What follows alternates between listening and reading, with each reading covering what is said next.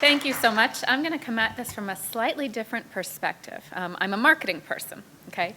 And while all of us in this room probably agree about the many, many benefits of the sharing economy and participating in sharing systems, as we've discussed this morning, what Professor Randy Rose and I were interested in was which of those benefits matter to consumers? Which ones do they even care about? Okay?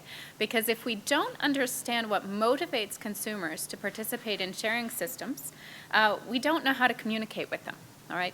And therefore, we don't know how to increase demand, should we want to, or manage demand. While I'm going to present a bit of a snapshot, we can talk about later how these things might evolve over time. But when we first looked at the literature on sharing, one conclusion that one might come to is that we shouldn't have to persuade consumers to share at all. If you look at the literature in evolutionary psychology or in anthropology, you find that sharing has been connected to our survival for a very long time. Back in primitive societies, if people had a hunt, 1 month, one season, their family might have a great hunt and have lots of food, but the next they might have very little. And so by sharing, people were able to smooth the resources that were available to them. And that was simply innate as a way of surviving, okay? So one argument would be, look, if we build these sharing economies, they will come, okay? People will flock to sharing economies. However, we thought there were some interesting dynamics that make sharing very different from sole ownership. And as the sharing economy has grown, what we see is that's the switch we have to understand. How do we get people to relinquish this wonderful sole ownership to which we've become very accustomed in favor of sharing? And if we look at classical work in economics, we can see where there could be a sticking point here, okay? When you own something solely, you bear all of its costs, but you also control all of its benefits. So you get to decide when you use your car because it's sitting in your garage. And even if there are 3 empty seats that you never use, you know that that's your choice. It's under your control. The minute that you introduce a sharing partner into your experience, you're exposed to risk, okay? Little boy and little girl don't know who's going to eat more ice cream, and God knows if you share with your dog, you're going to lose, right? We don't know what our sharing partners are going to do, or how they're going to consume, or whether they're going to stay within the rules of the sharing system in which we're participating. Some of this came up this morning when people discussed things like trust. There is a risk that in a sharing situation, there may not be anything left by the time you need it. The resource might be damaged or depleted, or it may simply not be available at the time when you need it. This introduces risk. And this risk is actually rationally very important. It is completely reasonable for consumers to consider risk. If you do any work in finance, you know that the way that you assess the expected value of an asset is by taking its potential, right, and multiplying it by its risk. So risk can decrease the expected value of any investment. Now in marketing, again, what we do a lot is play on consumer irrationality. We love consumer irrationality. It works for us, particularly when people are going to do something automatically out of habit, or when they're going to do something without really thinking through all the consequences. So when we began this project, we thought, now, consumers should think about risk when they decide whether to share, but they may not, right? There may be other things that drive them to participate in sharing systems that are not rational, that might be very, very strong levers to share. So for example, if consumers think about the sharing opportunity in terms of relationship building, in terms of community, they may be driven to share even though this risk exists. So that was a possibility when we began. And it's actually a fairly sophisticated consumer who will consider risk and integrate it into their decisions. So this is where we started. We took a utility model that had existed in the literature. This utility model was primarily used for illegal sharing. Okay, so sharing in that context referred to the sharing of files in an online environment. Now you can imagine how that's quite different from the kinds of sharing systems we're talking about. Because when you share a file in an online environment, it is not depleted, right? I can share the same file 500 times with no loss to the underlying good. So that's a bit different than the kind of sharing we're talking about. When you share a file online, there is no risk. Right? It still exists for everyone, okay? But in our context, we had to consider this risk.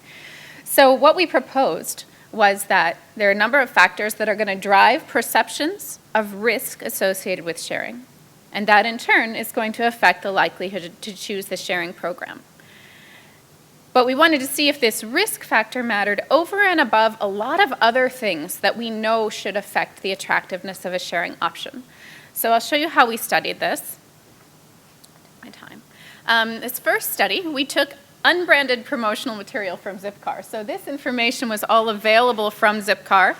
We simply removed the Zipcar name.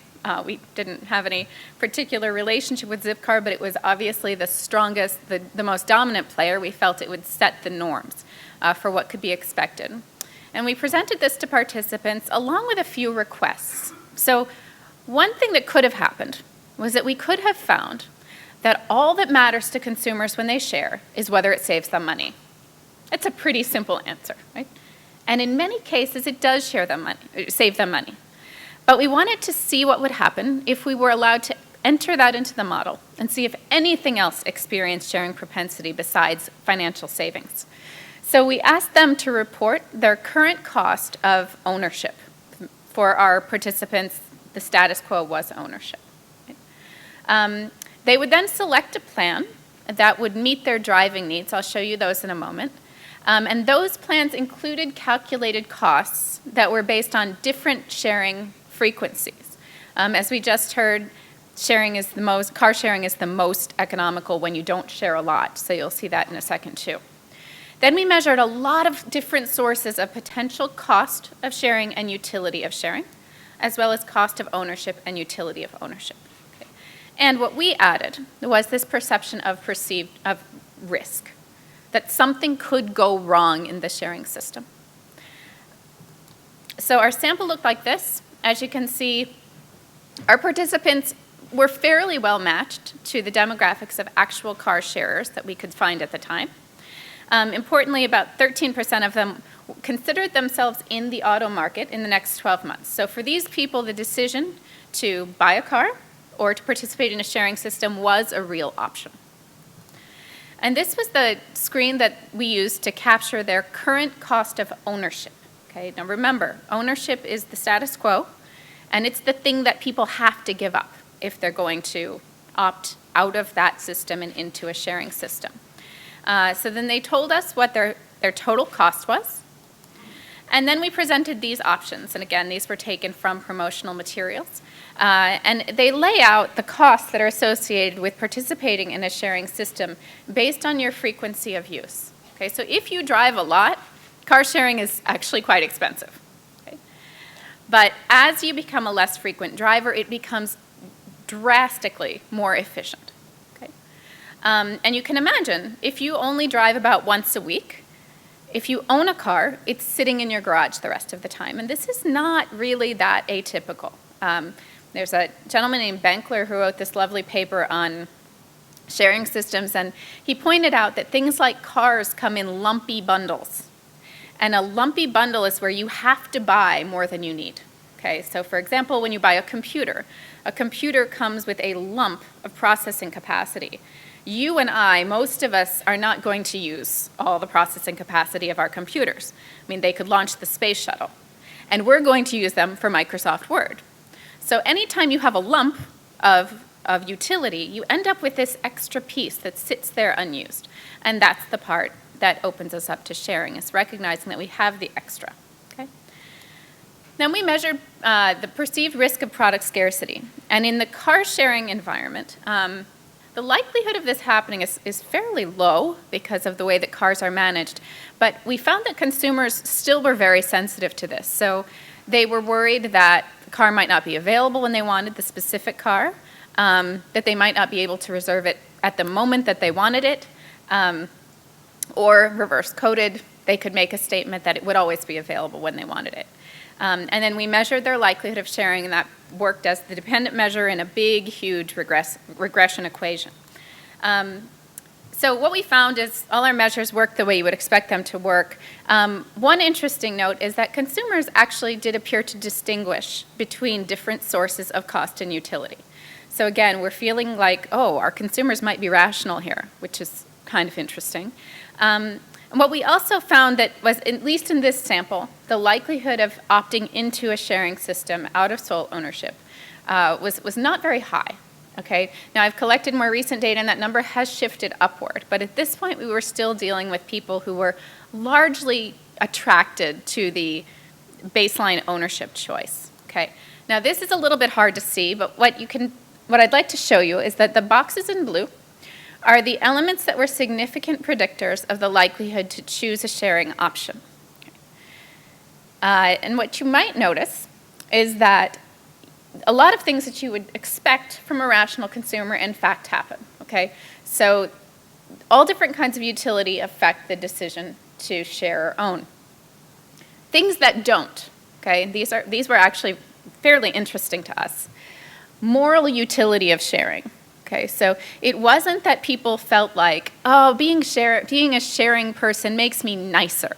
It makes me a better person. We didn't see that. We just did not emerge in our data. Another thing that we also didn't see was anti-industry utility. And again, anti-industry utility was something that had been shown to promote illegal sharing in many cases. So then people would, for example, send you an illegally obtained movie file because they kind of wanted to be nasty and take profits away from the traditional film industry. We didn't see that with regard to cars. It wasn't as though people said, I'm not going to buy because I don't want to give the car makers any money. And there were some interesting concerns about whether it would be a cost to car makers. To the extent that car makers also offer a sharing option, the lack of the importance of anti-industry utility suggests that if a car maker offers a sharing option, it's not going to be rejected by consumers simply because it comes from a car maker. Another thing that was a significant predictor, but I'll tell you it was a weak significant predictor, was the social utility of sharing. Again, when we started the project, we thought maybe people have this innate desire to share because they want to connect with one another. Okay. What we find in our data is that people will share as long as the people around them don't think it is crazy. Okay. But you're not necessarily sharing because you want to gain socially from the experience. Now, I will also say that we've done some follow-up work where we find that after sharing, people do feel more socially connected. They just don't anticipate that when they make that decision a priori. Okay? We also see a lot of other cost and benefit type effects. Okay? But the most important thing for us was the importance of the risk of resource scarcity. Putting this into the model substantially increased its explanatory power.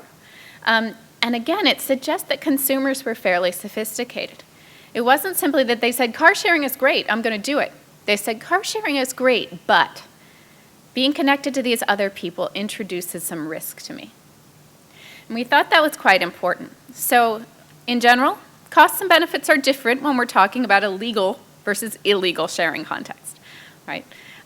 There's been some discussion today about the fact that if a municipality or a nation were to say we're just not going to allow the sharing economy, it would persist simply because technology enables it. Our data suggests that we have to think about those things differently. Consumers are attracted to them for different reasons, okay? Everything is not about cost and benefit. Consumers also take into account this perceived risk of product scarcity when they consider participating in a sharing system. So then the next natural question is, well, okay, that's fine, but how do we change that? How do we shape that perceived risk? Again, this is a very marketing question. We want to know what we can do to help people choose to share. So we're going to look at this part of the model next, all right? And this study is going to be done in the context of cell phone minute sharing, and I'll show you why in a minute, but I think the basic results could still map onto many other kinds of sharing systems. The first piece we look at here is how much the other person is going to use as opposed to how much I'm going to use, okay? And for this, again, we go all the way back to the anthropology literature. And we find that when people have less predictable resource needs and resource flows, they're more likely to share with one another. Okay? So we're contrasting between people with a very predictable usage pattern and people with a very unpredictable usage pattern. So hopefully it's fairly intuitive why people who can't predict what they want to be pooled in a system with other people, right? Then they expect that they can withdraw something when they need it, but if they don't need it, they're fine. The problem there is that if my usage is very unpredictable, I may have a spike. And when I have a spike, I have to hope that at that moment, everyone else is not withdrawing at the same time from the sharing pool. So it's not simply that unpredictable use leads me to share. It can only happen when I feel that I have some control over how other people share. Now, again, this morning, folks talked a bit about the role of trust. What I'm going to talk about here is really a sort of technical trust mechanism that does not rely on reputation, but instead simply relies on a control ability.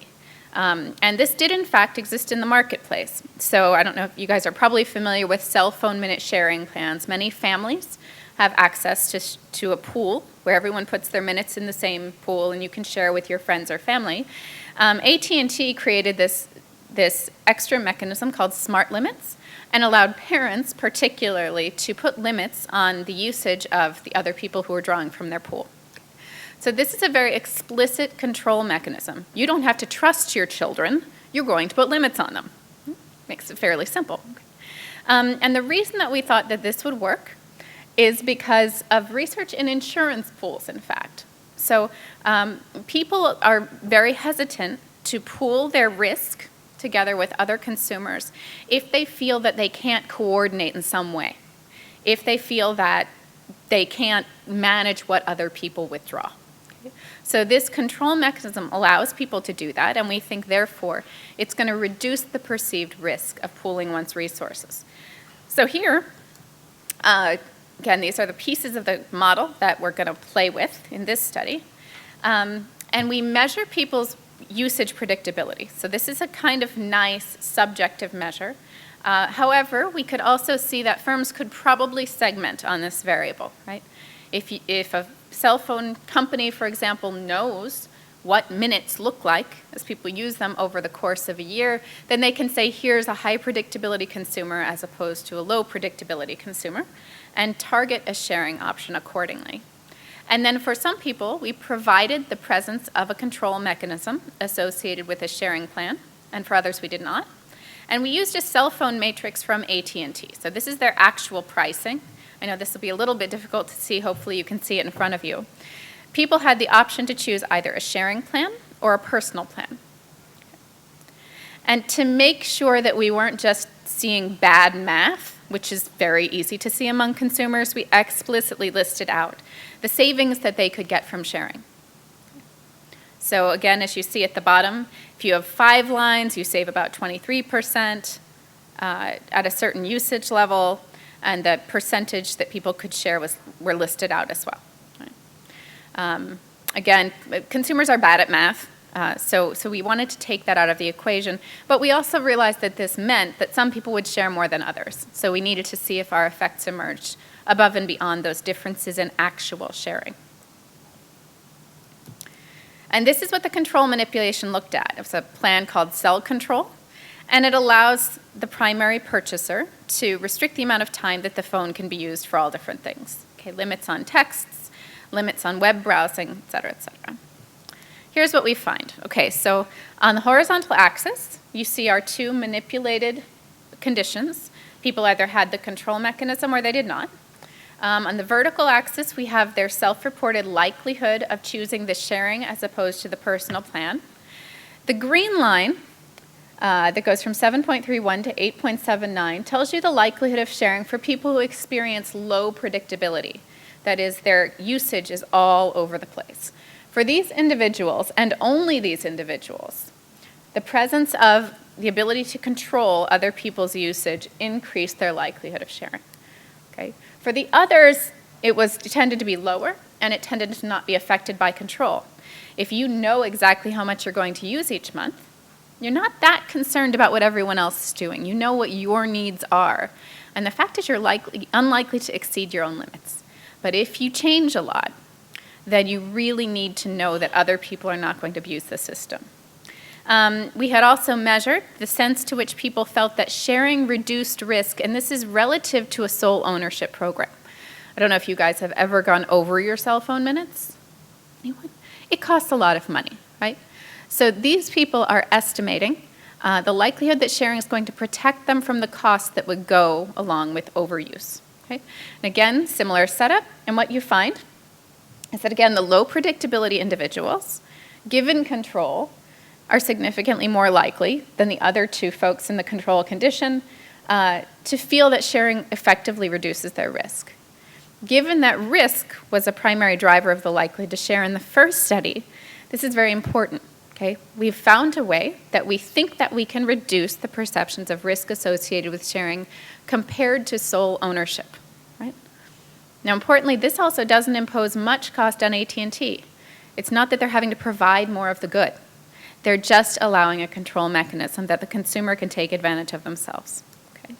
If we try to sort of establish our causality using a statistical mediation model, what we find is that the relationship between predictability and control and the likelihood to share is fully mediated by the likelihood that sharing is going to reduce risk.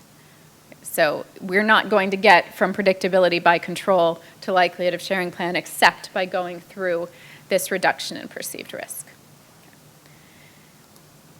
So that's fine. Okay? That was a cell phone minute context. Let's move back to transportation for a minute. And here we wanted to use a sharing option that is a little more relevant to our students particularly. For our students, we're in an urban campus. There's a lot of love for bicycles, right? Which we think is a great thing. Pittsburgh at that time did not have a bicycle sharing program. We do now. But bike sharing was becoming very popular. And we thought this was particularly interesting because unlike in the car sharing situation where if you're a high user, it might not save you any money, and unlike in the cell phone minute sharing program where the amount you save is really contingent on about 10 different things, sharing a bike is probably going to be cheaper, at least initially, than is acquiring a bike. Okay, we don't have, it's very low cost. We're talking a couple dollars each time. And we're now talking about a subject population with a very restricted budget. So that matters. It could be, again, that in this case, all that matters is the fact that they don't have to go write a check for $400 for a bicycle because they don't have that money. So we're going to see again how they integrate risk into their perceptions. And here we want to contrast the role of risk against the role of interpersonal similarity. Now, this is really important. Social psychology will tell you that people are going to want to share with people who are like them. Okay? There's this principle of homophily. We all like to be around people who are like us. It makes us feel more altruistic. It makes us more willing to make connections. So it could be that here we're going to get consumers to be more irrational. So that even if the sharing system doesn't reduce their risk, they're willing to do it just because they're going to share with their friends. And that could feel really good, okay? And in fact, there have been arguments made that sharing systems create a social market where part of the utility that we extract are the connections we create with other people. So possible here, we can move consumers off rationality. So what we did, but interestingly, there's also another possibility. Research that was done with athletes shows that, in fact, people are most acutely aware of competition when they're competing with people who are very, very similar to them. Okay, so social psych said similarity is good, we want to cooperate. This literature says similarity makes us really aware of the fact that we're vying with others for the same thing. If you do any research in, for example, envy, you find that envy is most acute when people are very, very similar. So the other possibility was that when potential sharing partners are demographically similar to us, we will anticipate competition for the same resource. And we've done some research where we find that people, when they think about demographic similarity, they also think that it means usage similarity. Now that may or may not be true at all right? But that's the inference that consumers make. So if this is the case, marketing a sharing system in terms of the idea that, hey, these are all people like you, could do more harm than good in terms of motivating consumers to participate because they anticipate competition. All right? So we'll go back to our augmented utility model. These are the pieces that we're going to play with in this study. So we created a scenario that was based on some information that we could find about the way that bike sharing systems were working at the time, and we tailored it for university students. So we said, imagine that you start graduate school in a new city. You rent an apartment, it's about a 10-minute ride from campus. Your apartment doesn't have parking. The parking rates around the university have skyrocketed, which they have, and the parking tickets are very expensive. You don't want to bother. You're considering selling your car. So we're saying you're going to shift out of the sole ownership market, and you're going to take a bike. Okay? They go to the bike shop. Bikes retail for about $400, but they have another option, and it's a sharing system. Again, for this, we took information on an existing bike sharing system. It doesn't exist in Pittsburgh, but it allows people to take a bike from a self-service, sort of self-service podium, and you can return the bike to another one. You do have to buy some kind of membership, so this is more analogous to a car sharing system, and you pay by the hour. Okay? However, we also introduced the possibility of scarcity here, and we did this based on some articles that were being written about bike sharing in Europe, where the problem was not the availability of the bikes, it was the availability of the racks where you returned them. So if you take a bike to your destination, but there's no space there to return the bike, you have to keep riding it until you find a place. And meanwhile, you're paying for more time until you find a place. So we said, let's not make it that people won't get bikes. Let's make it that they might be mildly inconvenienced because they have to go a little bit farther to find a rack. Okay? And then we framed the advertising for the bike sharing system in one of three ways. Could be that we told them the bike sharing system is for students like you. So back to my earlier discussion, this was supposed to create the idea that all the people in the sharing system were demographically similar. So it could be possible that students say, hey, it's for people like me. That's great. And a lot of literature would say that that would exert a positive effect on the likelihood to participate. Or we called it a bike sharing system for working professionals. Our students are not working professionals. So in a sense, we're telling them this system is absolutely not for people like you. Okay? And then in the third condition, a control condition, we just said a bike sharing system. All right? Here's what we found. Okay, so on the horizontal axis, you see that condition manipulation that I just talked about, where we told them that their sharing partners would be dissimilar, we told them nothing about their sharing partners, or we told them that their sharing partners would be similar. And on the y-axis, we have their likelihood of choosing the bike sharing option as opposed to buying a bike. Okay. The most important bars on that graph are the red bar under dissimilar partners and the red bar under similar partners. Contrary to what the social psychology literature would have told us, what we see is that people are far more likely to participate in the sharing system with dissimilar people as opposed to similar people. All right? And this effect is only there when people expect to have high usage. Okay? And this makes sense if you think about it. If I'm going to use my bike a lot, and I think that other people like me are probably also going to use their bike a lot, there's nothing left for me. There's no bike rack available. Okay? But if I'm going to use it a lot, and I'm different from everyone else using it, it's okay, because our usage then becomes complementary as opposed to competing. What's also kind of interesting is that if you don't tell people who their partners are, they assume that they are similar. So if you see the bars in the middle are very, very similar to the bars on the right. Okay? It's only when you make people think that the system is for dissimilar others that you get this change.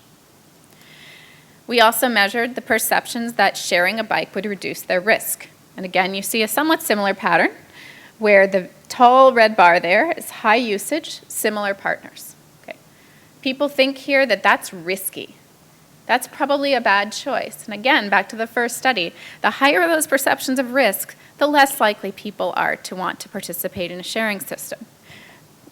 By contrast, if you look at the dissimilar partners bar, it's very low risk perceptions, regardless of whether I'm going to use it a lot or not.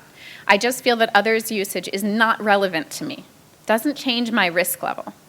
In the not specified condition, we're somewhere in the middle. But the important contrast is between 2.55 and the 4.4. Okay? We also measured trust directly. So an alternate argument would be that I trust people who are like me, to not abuse the bikes, to leave me space, to be nice. And we do find that there's a weak effect of similarity. People do tend to trust other people a little bit more if they're like them than if they're not like them. Okay? And interestingly, people who have lower usage tend to trust other people more. Probably there's not as much at stake. That was not a hypothesized finding. But the important thing for our argument was that trust does not explain the relationship between our usage patterns and perceived similarity and likelihood of choosing a sharing plan. It's not that it doesn't matter. Trust absolutely matters. But if you put people in a context where they anticipate competition, they will think about it rationally, right? So in the second study, we gave people a concrete external mechanism that allowed them to trust others because others couldn't abuse the system. In this study, we don't do that. Trust seems to exist at a reasonably high level. But in this case, people are more aware of this likelihood to reduce or increase risk as a driver of the likelihood to share. Okay. So what can we say from this one?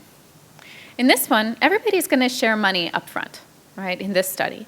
And that is the case for most people, for example, considering a car sharing system.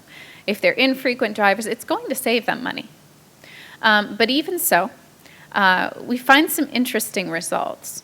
First, yeah, trust matters. Of course it matters. But it doesn't explain everything about choice.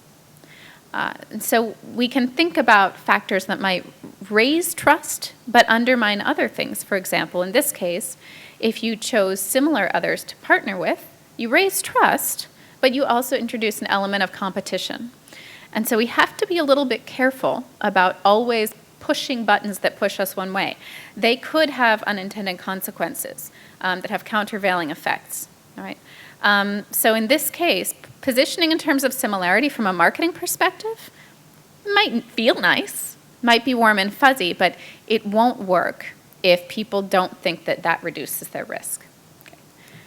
So what matters? Why do we think that people choose to share as opposed to preserving sole ownership? We find that in this context, consumers are kind of delightfully rational, and surprisingly so. I mean, I have almost no research where consumers are rational. It doesn't happen. Okay. But in this case, they appear to be. Now, back to some comments that were made this morning. What we just talked about are very commercial sharing systems. That's what we call them, right? Because they do have this emphasis on saving time, saving money. This is quite different from, for example, a meal sharing group where you go and you eat at different people's houses. And I've done some research on meal sharing as well, and that's a bit of a different animal.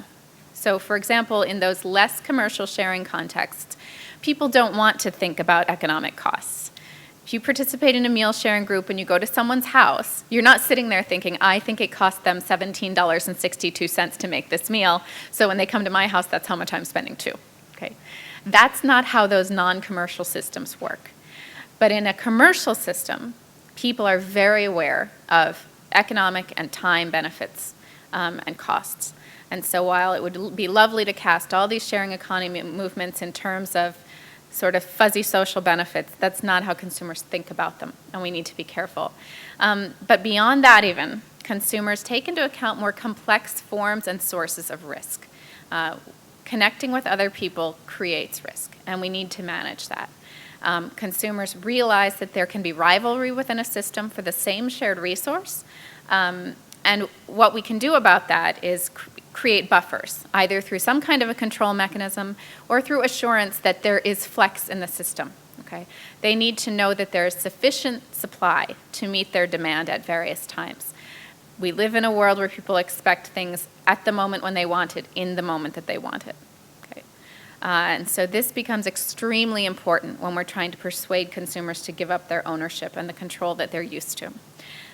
And further, we think that this points to an emphasis on complementarity. What we've found in other sharing contexts is that pointing out to consumers that they have something other people need is actually very, very powerful. and vice versa, that other people have things that they need. People don't like waste. You can see some really interesting effects with regard to waste aversion. People are uncomfortable feeling that things are going to waste. So the opportunity to reduce waste by matching up complementary needs and resources is very satisfying to consumers. Moreover, there you see a really interesting benefit of helping. As it turns out, consumers really like to feel like they've helped one another. That creates a source of utility that is very difficult to duplicate. And so emphasizing complementarity not only reduces the sense of risk that they feel, it can also provide other pro-social benefits that allow a sharing system to offer something that sole ownership simply cannot. They become non-substitutable for one another. That's what I've got. Thank you very much.